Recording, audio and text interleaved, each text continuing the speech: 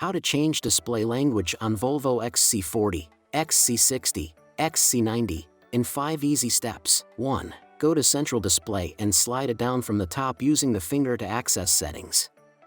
2. Select System. 3. Select System Languages and Units. 4. Select System Language and then select any language that you want. We choose Romana because that is what we want, but you can choose from English, Polish, Russian and many others. 5. Then select OK when you see the "Do you want to change language for all displays?" message. If you have other suggestions for new Volvo XC40 tutorials, write to us in the comments section. Don't forget to like and subscribe our YouTube channel, Tutorial Auto. Thank you for watching.